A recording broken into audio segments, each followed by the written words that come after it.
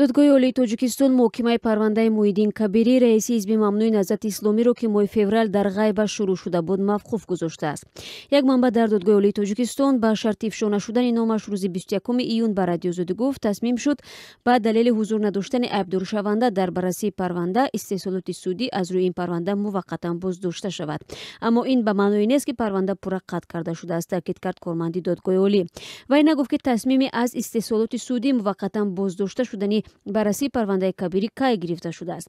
Ин манбаъ дар додгоҳи олии тоҷикистон мегӯяд, бар асоси моддаи 280 Кодекси мурофиавии ҷиноии Тоҷикистон, пас аз эълони ҷустуҷӯи байналмилалӣ дар сурати номуайян будани ҷои будубоши айбдоршаванда ва ҳангоми ҳозир набудани судшаванда баррасии парванда бояд мавқуф гузошта шавад. Муҳиддин Кабирӣ, раиси ҳизби Наҳзати Исломии Тоҷикистон, ки дар ташкили ошӯби мусаллаҳонаи сентябри соли 2015 айбдор мешавад, аз моҳи марти ҳамон сол дар хориҷа ба сар мебарад ва мақомот исми ӯро ба ҷустуҷӯи байналмилалӣ доданд. Бонки Миллии Тоҷикистон исми ӯро дар қатори садҳо нафари дигар дар феҳрист афроди алоқаманд ба терроризм ворид карданд.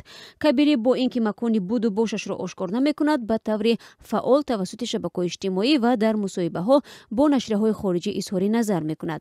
Ин дар ҳолест, ки худи Кабирӣ аз замони мамнӯъ эълон шудани ҳизб ва иттиҳоми аъзояш дар талоши табодилоти давлатӣ ин ҳамаро бепояву асос номида рад мекунад. Кабирӣ гуфтааст, ки ҳадафи ҳукумат аз саҳнаи сиёсӣ берун кардани як ҳизби пуртарафдори мухолифин буд.